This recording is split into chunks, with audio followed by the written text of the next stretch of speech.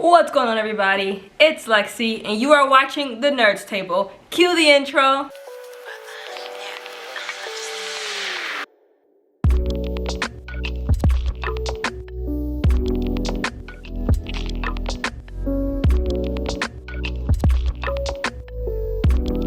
Okay guys, so today we're gonna be reacting to another WrestleMania video. If you guys want to see something else, let me know.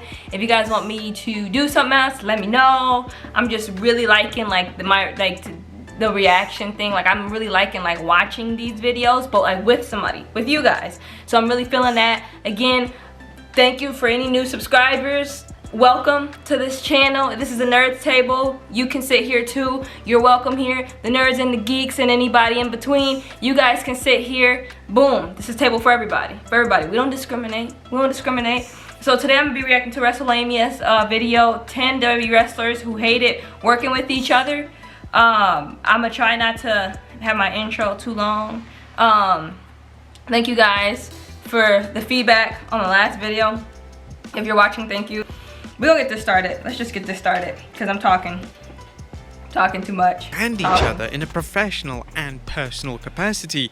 The idea of them working together was met by reservation involved, but the majority of the time, the two wrestlers were able to put their differences aside to create memorable matches. Nope, we're not. Join us now as WrestleMania looks at 10 WWE wrestlers that legitimately hated working with each other.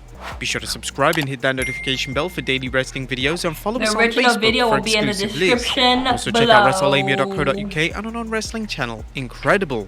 Number 10, Scott Steiner and Triple H. When Scott Steiner debuted in WWE in 2002, his first notable rivalry was with Triple H. This feud was supposed to be Steiner's big reintroduction to WWE, but it was a complete and utter flop. Steiner was suffering from drop foot during his rivalry, and the matches with the game suffered as a result. They had two separate pay-per-view matches, which quickly grew to resent each other. Steiner believed that Triple H was self-sabotaging him in order to protect his position on the card, and this would be the bitter attitude that Steiner would carry for the next 2 decades. Dang, in relation to Triple H, he just believed that Steiner wasn't as good as he used to be, and there was no way he was in a position to be in the main event picture in WWE. Number 9, CM Punk and Ryback. If you ask CM Punk who his least favorite opponent had to be throughout his career, without a doubt, I'm gonna tell y'all something. This may be a hot take, it may not be a hot take. I don't like CM Punk. I don't like CM Punk. I'm not a CM Punk fan. If you are, that's fine. That's cool. I ain't gonna tell you you're stupid for being one. I just don't like CM Punk. I don't like him. I'm not a big fan. But I am a fan of Su Yung. It's a Su Yung shirt from Impact Wrestling. When I was watching, I used to watch Impact a lot. And so I became a Su Yung fan. Like, love Su Yung. So this is a Su Yung t-shirt. He would say Ryback. When the two worked together in 2012, Ryback was incredibly reckless with Punk, and Punk couldn't stand working with him in any capacity. Punk had confronted Ryback backstage as he was concerned that Ryback was harming him deliberately. A year later, WWE would book another feud between the two, and this would be met with huge concern from Punk, who questioned why the WWE would even pair him with someone who he clearly hated working with. Because Punk would even cite Ryback as one of the reasons he was so miserable during the final days in WWE. In relation to Ryback, he had the same resentment towards Punk, and he would rather hilariously label him as a 90-year-old Karen. Number 8, Sasha Banks and Alexa Bliss. One of the top feuds in the women's division in 2017 was the feud between Sasha Banks and Alexa Bliss. Interestingly, when the two started working together, rumors circulated online that the two weren't the biggest fans of each other. Things escalated between the two when Banks cut a promo after the Great Balls of Fire pay-per-view, and this promo was said to be a shoot promo. In the promo, Banks stated, "You know, she came in so cute, so humbled. She came in so fake with her fake little stories, her fake little I love wrestling growing up, I love Matt Hardy. You know what? You can't even tell the difference between Jeff and Matt, you idiot. Yeah, we call you on all your lies, sweetheart. You're just here to be another girl, another heel. You just want to be here for a Hollywood act. You're on Total Divas now. You're getting what you want, and you can talk your way into everything. Sasha didn't say that, did she? But you know what? You can't run away from me. You can talk this, but you can't walk the walk, because you'll never be me." Bliss responded to his promo during an interview with ESPN, and Bliss simply brushed the comments off and said Bret Hart and Hulk Hogan. The WWE Hall of Famer Bret Hart has never been someone to mince his words, and he's been extremely open in relation to his thoughts in relation to Hulk Hogan. It's hard to pinpoint exactly where the issues began between the two, but it's often said that Hogan politicking his way to the WWE title in '93 and refusing to put Hart over certainly influenced the negativity. Hart felt like Hogan couldn't wrestle, and he would even label him as a piece of shit. Hogan, however, has heavily implied that Hart never truly understood him, and this led to the conflict between the two. Number 6, Goldberg and Chris Jericho. The issues between Goldberg and Chris Jericho that Jericho wasn't at his level, and that Jericho was a comedy act. When the two happened to be on the same WWE brand in 2003, the issues between the two continued. Jericho even confronted Goldberg after he was bad-mouthing him backstage, and the two got into a physical confrontation, which Jericho apparently got the best of. The two then had to work together in the summer of 2003, which didn't exactly delight either man, but the two were professional during their rivalry and managed to put their differences aside.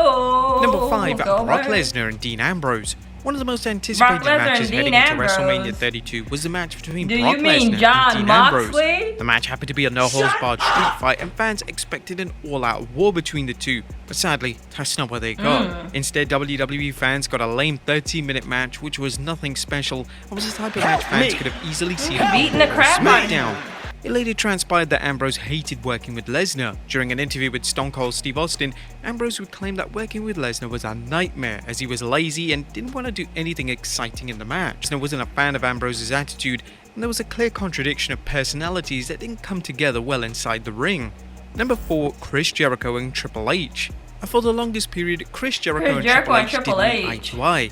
When Jericho first came into WWE, one of his first feuds was with Triple H's ex-girlfriend Chyna, and it was believed that Triple H believed that Jericho was being overly stiff with her. The two had established issues with each other, but they had to work together in 2000 as well as 2002. Despite them having a ton of animosity towards each other and both probably wishing they could work with someone else, their chemistry was unquestionable. During an appearance on the Kurt Angle show, Jericho discussed where the dissension between himself and Triple H originated from. Jericho stated, There was a lot of politics at that time. And when I say this, it's not from a bitter point of view or an angry point of view. It's just the way it was. So to come in, there was a lot of legit heat between Hunter and myself. Involved Chyna, we know his name isn't Hunter. We know his name is Paul. But Hunter and I just didn't like each other. And I think Hunter had such pull at the time, such power that if he didn't like me, of course, even if he's not going out of his way to bury me to Vince, I'm sure anytime my name came up, he would be like, oh, that guy, come on. You know, it's just kind of the way the business worked at the time. So I think that might have had a lot to do with it. Number 3, Edge and Matt Hardy. So we know Edge and Matt Hardy didn't like each other, and we know why. WWE decided to cut ties with Hardy.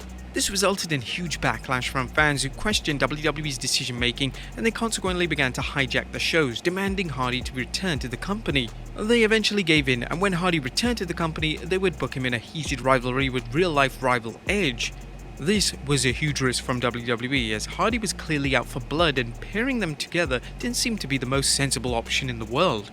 There was so much resentment from both sides, and when they worked together with each other in 2005, it was a testament to Hardy's character that he was somehow able to keep his cool during their series of matches. Yeah, because I would not have been able to. CM Punk so I watched like the like their like little like documentary like and Matt Hardy was talking about how like Lita like jumped from him to Edge, and correct me if I'm wrong on anything I'm saying, but like I was thinking to myself like, dang, like that's rough. Like that I believe it happened when Matt Hardy was out and he was injured, and Lita jumped from him to Edge, and it's like, bro, and then like, oh man, that's I don't know how he did that and didn't lose his mind. CM Punk was so dissatisfied with the idea of working with Triple H at WrestleMania 30 that he legitimately walked out of the company. That's how much Punk loathed the idea of working with the game. The issues between the two began in 2011, and the two faced off at the Night of Champions pay-per-view either man.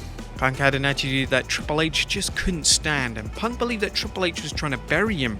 It's unfair to say who was in the right, but this animosity carried over for the next decade plus, and the hatred between the two. Correct me if I'm wrong, but it seems like CM Punk whenever he has to take a L, or whenever he seems to feel like he's getting one up, he always go, they're trying to bury me, or do something about that. They're trying to do this to me. And it's like, bro, we're all you're not always gonna be on top. You know what I'm saying? So it's like, I don't know. That's how I feel about CM Punk. I feel like he whines a lot. Like, I feel like he's a whiner. Like, when things are not going his way, it's like, oh, this is happening to me. He's a victim. He plays the victim card instead of saying, well, it's the wrestling game, it's the way it goes. And I feel like it wasn't always like that with him. It could have been, but like, I used to like CM Punk when he was back in his what was his, I can't think of his theme song right now. Oh, I used to love his theme song. Even through the dark. So that when he was like that one, like, I used to be a huge fan of CM Punk. But then it was like, out of nowhere, he just like, I didn't like the transformation that happened after that. So I don't know. That's how I feel about CM Punk. Two has been apparent ever since. Crazy things have happened in pro wrestling, but the idea of Punk and Triple H ever being on good terms again is laughable. And number one, Bret Hart and Shawn Michaels. Oh, we Bret know Hart about and Shawn this. Michaels started off on good terms. However, when HBK joined the clique, this all changed. HBK was now a top star in WWE. I love Shawn He had a Michaels. brand new attitude. He was cocky, arrogant, and believed that he was better than everyone in the locker room. And he supported everyone in the locker room and seemingly had time for everyone. Just ask The Rock or Stone Cold Steve Austin. The two slowly became mortal enemies as the two would exchange harmful verbal shots during promo exchanges, and at one stage Hart and HBK even had a backstage fight. This hatred for each other turned sinister when HBK was involved in the Montreal Screwjob in '97, and this completely severed ties between the two legends. Whilst they couldn't stand the sight of each other, their matches together were truly top tier. They just seemed to click in the ring. Yeah, Thankfully, like, both honestly. are now on good terms, and both have put. Okay, so what do y'all feel about those? What do y'all feel about those 10? Like I feel like I give my opinion more than I usually do. Let me know what y'all think though, cause some of those I'm like, what? The Alexa Bliss and Sasha Banks one really like caught me like, whoa. Because I remember when Alexa Bliss was like the glitter glitz glam bliss, Alexa Bliss, and I was like, why though?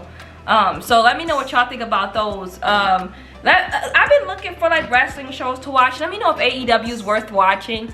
And let me know if it's worth watching going back to Impact. Let me know, like, I want to get into like some different type of wrestling shows. So y'all give me some ideas on like what kind of wrestling shows that you guys watch other than WWE, because I would like to like be in other type of wrestling shows and give my opinion about other wrestling shows.